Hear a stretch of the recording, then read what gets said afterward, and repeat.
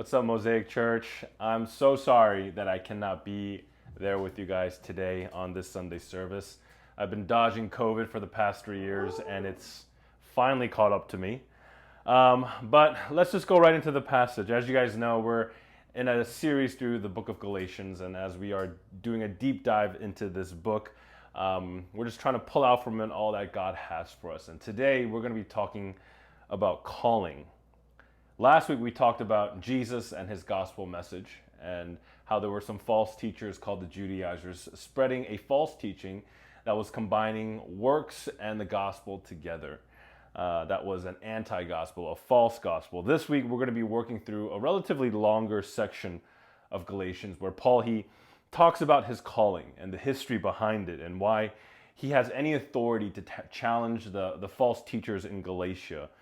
So today we're going to be teaching on the three legs on which Paul's calling stands. And these are the three: people, purpose, and preaching.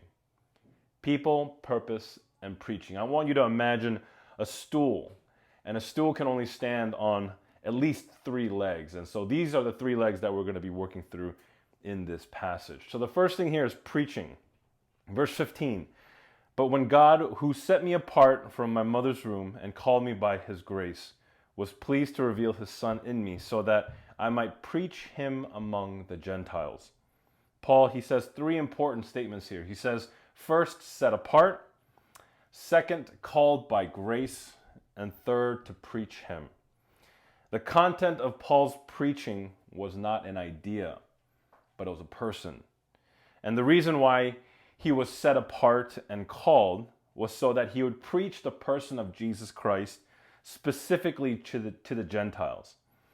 And so just as a review, we have to kind of think about what is the message? What is the good news? The good news, or the gospel message of Jesus, is that you are now saved by grace through faith in him. The kingdom of God is now accessible to you not by works or by you earning it, but by you believing in Jesus. Using the language of James Smith, the vision of the good life is yours because of the price that Jesus paid. So you might be hearing this and saying, Dave, I am not a preacher. I hate public speaking, and so on and so on. I hear all the arguments all the time.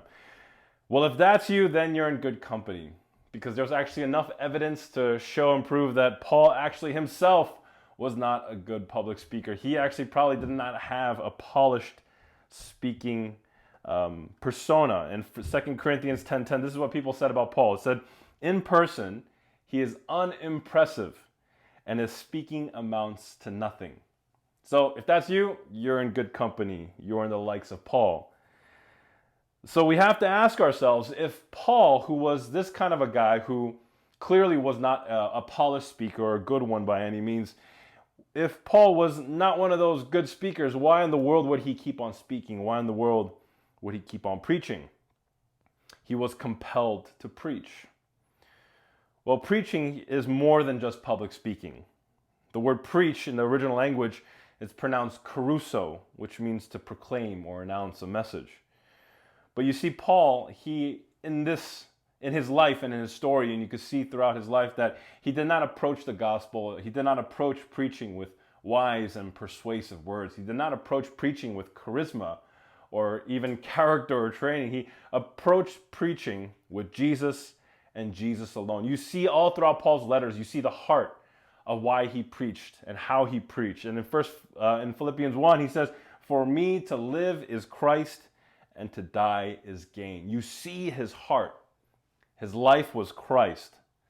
Thus, the message he preached was none other than Christ himself. The good news of Jesus was written on his heart, and he could not help but speak it. We all have a message burning within us. I don't care if you're a preacher or not. You have a message burning within you. You know how I know this? All you have to do to see that burning is oftentimes bring up money, politics, or your favorite local sports team. You're going to see people, some carefree, easygoing, laid-back people, just be chill. But the moment you offend their sensibilities or their favorite sports team or their politics, You're going to see a fierce and ferocious side of them. You're going to see their preaching and their defense and coming to the defense of the gospel of the Jets, because for some reason the Jets always just need defense in that regard. The question we have to ask ourselves is, has the message of Jesus, has the good news of Jesus, has that been burning within you? Have you seen the beauty of it, the life that it provides, and the vision of hope and love? Do you see the burning message of Jesus? Does it burn within you? For example, I grew up as in the church pretty much my entire life, but Jesus didn't really become real to me until my freshman year of college. I was sitting on a church Sunday service. It was Easter morning, and I was holding communion, the bread and the drink, in both my hands, and I couldn't explain it. I don't know what happened, but I was finally gripped with this sense and reality of who Jesus was, and that what he did was he did this for me. Jesus became real to me in that moment more than ever before, and my life was never the same. I couldn't explain it. There was not even a deep emotion behind it, but I just knew in that moment that Jesus became real to me, and his message, his person, started burning within me. Do you really know how amazing and how awesome Jesus is? Does he burn within you? Because if he does, it'll naturally be released. It'll naturally come out. So don't worry about preaching or public speaking in that regard. What we have to be more concerned about when it comes to our calling is not working on ourselves. It's not about sharpening our gifts. It's not about taking the next personality test or your spiritual gifts test. It's about starting with the gospel message of Jesus. Does the message of Jesus burn within you? Does his person burn within you? Now to the second leg, purpose. Often the language around purpose and calling that we see in just the narrative of culture today is words like discover or growth or self-actualization.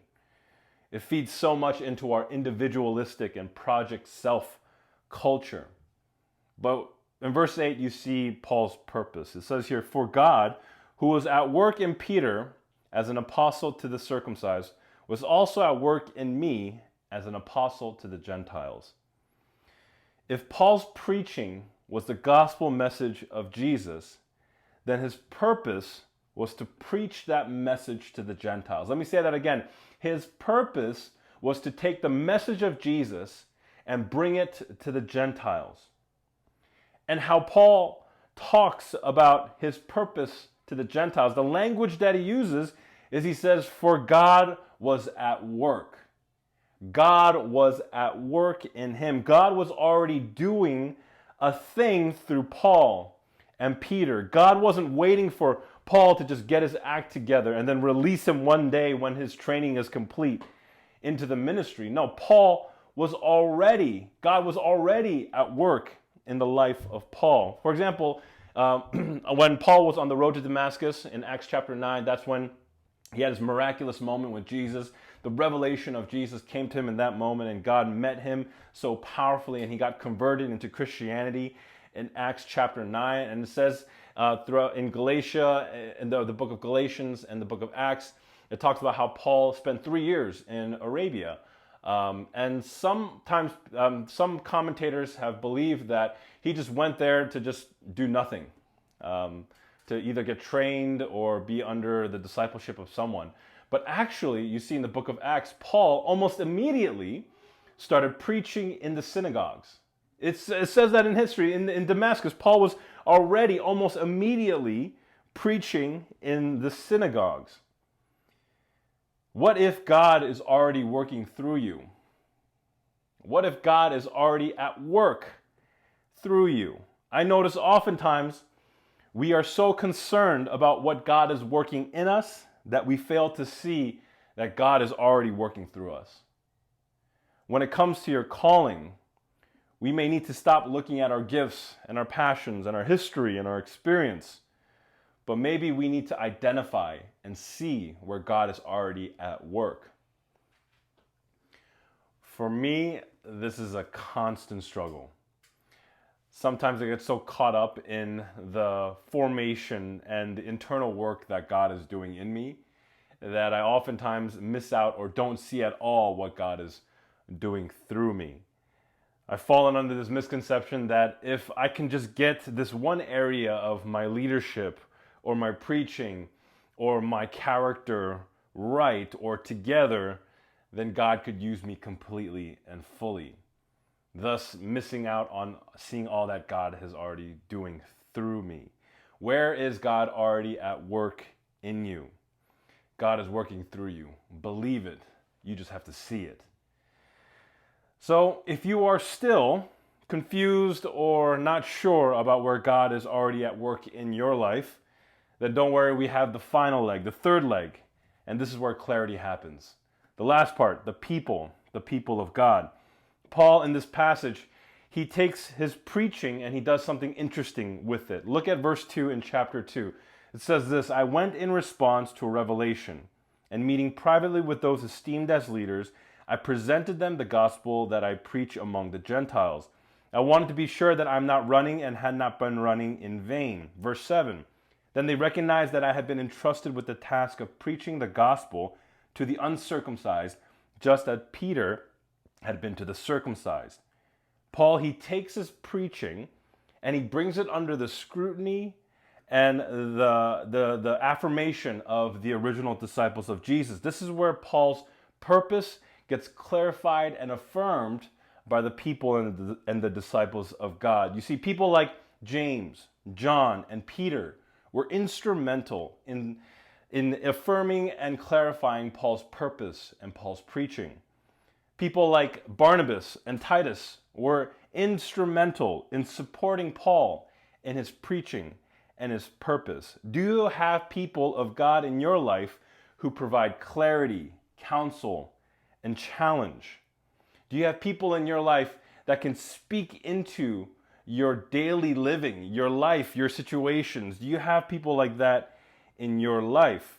One of my friends, he talks about the difference between accountability and editability. My friend Will, he talks about accountability as two people coming together, struggling with the same thing, trying to keep each other accountable.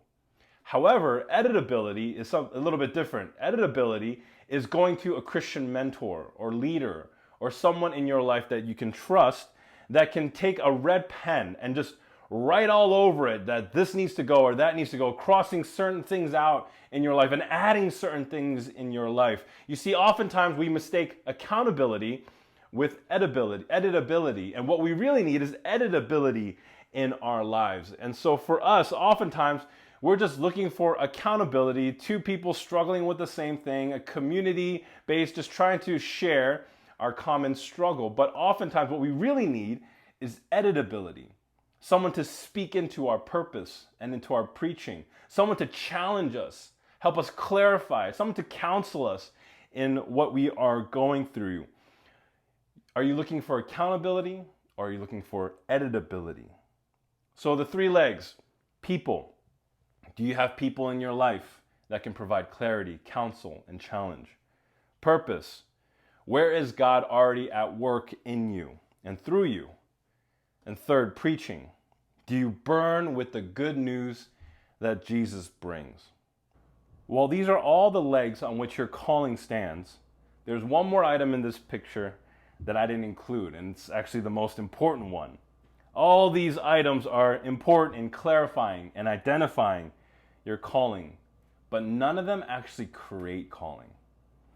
The only one who can create calling in your life is Jesus Christ himself and no one else. Galatians 1:11, I want you to know, brothers and sisters, that the gospel I preached is not of human origin.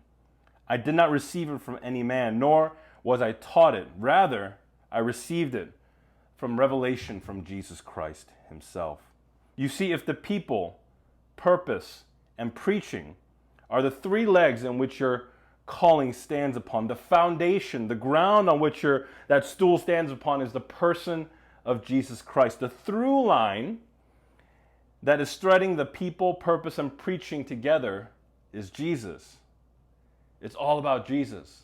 It's always been him and it always will be about him. Nothing in your life can create a life worth living other than Jesus Christ himself. I know we're trying on our own, but only Jesus can create that kind of calling.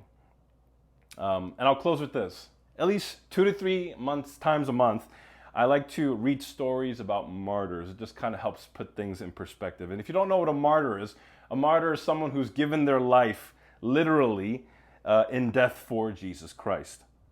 And when I read their stories, I'm able to look past the bravery, the boldness, and the courage. And what I oftentimes see is a deep love of Jesus Christ. They have experienced Jesus in a way that no one else has. Because the question that I oftentimes have is, why in the world would you want to die for this man named Jesus? And one of these stories is a story about a guy named John Bunyan.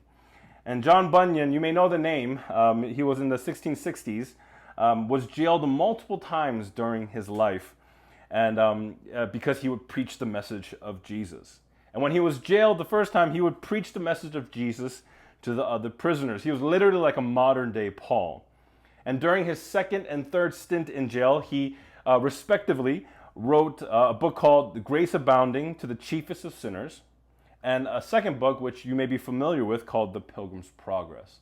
That book sold over 200,000 copies in its first 3 days. And John at one point, when the King of England suspended the laws that put these Christians in jail, and he was able to preach to crowds up to 1,200 people at a time on a 7 a.m. service. That's a lot to live up to. John Bunyan, whether he was in jail or in the streets, his preaching, his purpose, and his people cannot be stopped or hindered. Why? Because he could not escape prison, but John could not escape the reality of Jesus. During his first stint in jail, John Bunyan, he said this. He said, "Jesus Christ was never more real and apparent than now. Here I have seen him and felt him indeed." John Bunyan had a real experiential encounter with Jesus, and he was never the same. Our calling without Jesus is just a good idea. But with Jesus, it's calling, it's purpose, it's his people, and it's the message that we burn with. What's the message that you burn with? Is it Jesus? If it's not, it's just a good idea. And I'll leave you with this. This is one of the poems that John Bunyan wrote while he was in prison to encourage the people who were outside of prison. And he wrote this: "I am indeed in prison in body, but my mind is free to study Christ and how unto me he is kind. For though men keep my outward man within their locks and bars, yet by the faith of Christ I can mount higher than the stars. Their fetters cannot spirits tame, nor tie up God from me. My faith and hope they cannot lame. Above them I shall be." God bless.